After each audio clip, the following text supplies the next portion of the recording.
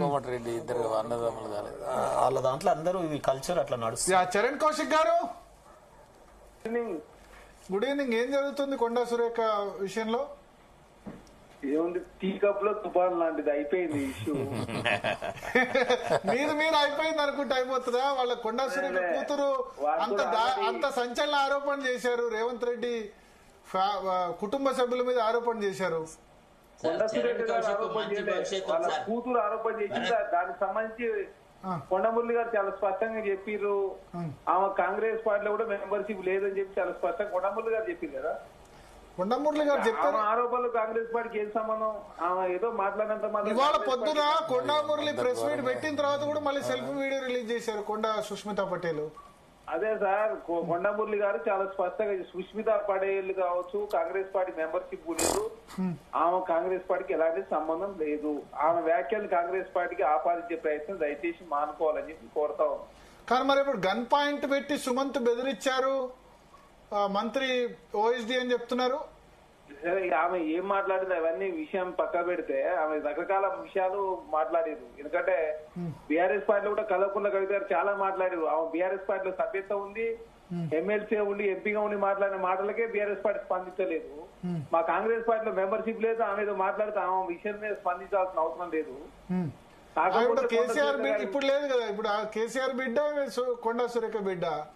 Yes sir, KCR గారి బిడ్డకేమో BRS party membership ఉన్నది, కొండ సురేఖ బిడ్డకు మెంబర్షిప్ లేదు కాంగ్రెస్ పార్టీ. అది స్వయాన కొండమురళి గారే నిర్ధారించింది. కాబట్టి ఇలాంటి చాలా మంది మాట్లాడుతున్నారు. అవన్నీ కాంగ్రెస్ పార్టీ పట్టించుకోవాల్సిన అవసరం లేదు. కాకపోతే కొండ సురేఖ వ్యవహారాన్ని ఆల్రెడీ మీనాక్షి నటరాజన్ గారు, మహేష్ కుమార్ గౌడ్ గారు ఆల్రెడీ మాట్లాడుతూ మేము చూసుకుంటే ఈ విషయాన్ని ఇంతతో వదిలేమని చెప్పడం జరిగింది.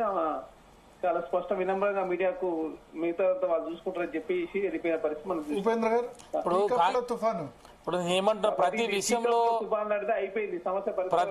ఉపేంద్ర గారిని అడుగుతున్నారు టీఆర్ఎస్ నుంచి. ప్రతి విషయంలో వాళ్ళు చాలా చిన్నగా తీసుకుంటారు. ఈ కులాలంటే చాలా చిన్న వాళ్ళకి అలవాటే ఇది.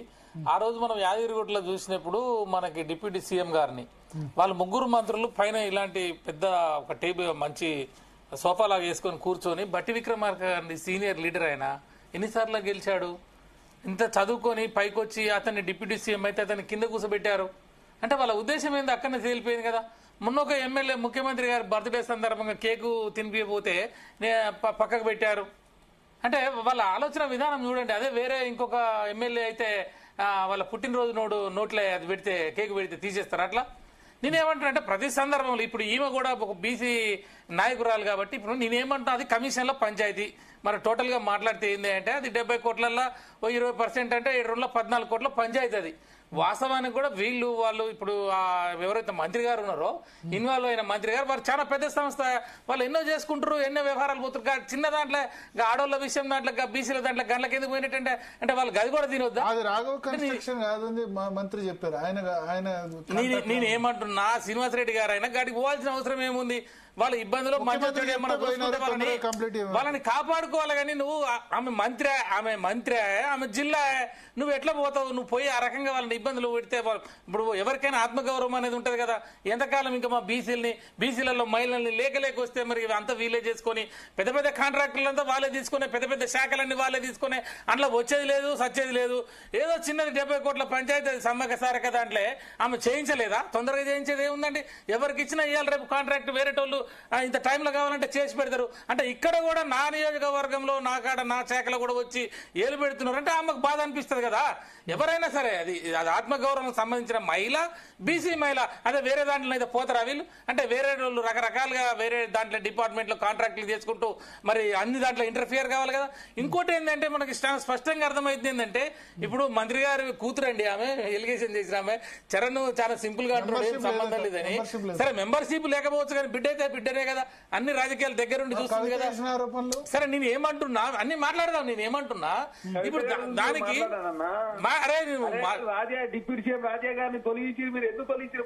అయ్యా మీరే ముఖ్యమంత్రి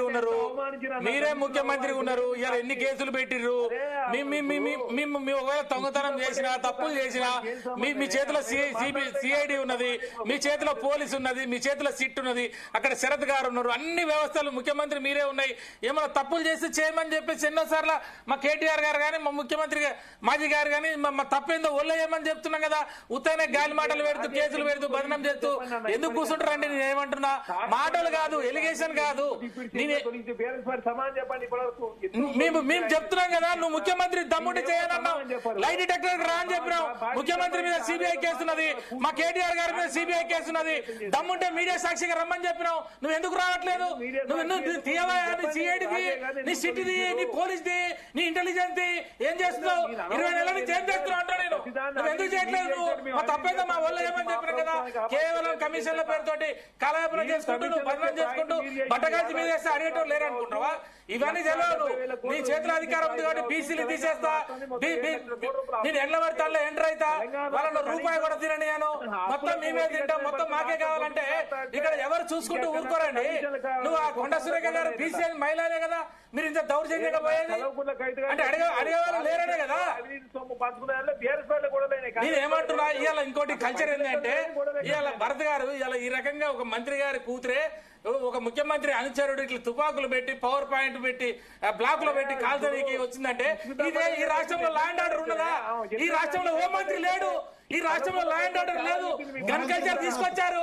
నీవు మార్పు అంటే ప్రజలు ఇవాళ విద్యార్థులు ఉద్యోగాల నోటిఫికేషన్ లేక విద్యార్థులు చచ్చిపోతున్నారు, రైతులకు ఏరియా లేకపోతే రైతులు చచ్చిపోతున్నారు, మహిళలకు ఇస్తారన్న ఏం చేయలేదు. వాళ్ళు ప్రజలంతా ఆ రకంగా ఇబ్బంది పెడితే వీళ్ళు కమిషన్ల కొరకు తుపాకులు పెట్టుకొని మంత్రులకు కొట్టుకొని ఒకరిదాంట్లో ఒకరు ఇంటర్ఫియర్ అయ్యి ఈ రకంగా మార్పు అన్న తెలంగాణ ప్రజలకి పంగనామాలు పెట్టి ఈ రకంగా లా అండ్ ఆర్డర్ లేకుండా, ఈ రకంగా రక్షణ లేకుండా, మంత్రుల ఓఎస్టీలకి రక్షణ లేకుండా వాళ్ళని కాల్చి మేము చేస్తామనంటే ఈ రాష్ట్రంలో ఏం జరుగుతుంది అంటాడు? ఏం జరుగుతుంది? ముఖ్యమంత్రి స్పందించాలి, మంత్రులు స్పందించాలి. ఇది రాష్ట్రమా లేకపోతే రావణ కాష్టమా? ఇది రాష్ట్రమా? ఇది పాలన ప్రజా రావణ కాష్టం లాగా చేస్తున్నారు రాష్ట్రాన్ని. రియల్ ఎస్టేట్ మొత్తం పడిపోయి ఇవాళ కాంట్రాక్టర్లు గానీ, ఇవాళ రియల్ ఎస్టేట్ చేసే వాళ్ళు గానీ ఇవాళ మొత్తం వాళ్ళు మొత్తం జీవితాలు పంచాయతీ కమిషన్ల పంచాయతీ పెట్టి ఈ రాష్ట్రాన్ని ఎడి తీసుకోవాలనుకోరు. ఈ రాష్ట్రాన్ని ఎడి తీసుకోవాలనుకోరు. టీ కప్పుల తుఫాన్ లాగా ఉన్నది నీకు. రైతులు చచ్చిపోతే టీ కప్పుల తుఫాను, మహిళలు ఇబ్బంది పడితే టీ కప్పుల తుఫాను, విద్యార్థులకు ఉద్యోగాలు లేకపోతే టీ కప్పుల తుఫాను. ఇద్దరు మాట్లాడితే ఎవరిది పోదు. ఒక్క నిమిషం చరణ్ కౌశిక్ గారు, ఒక్క నిమిషం. ఒక్క నిమిషం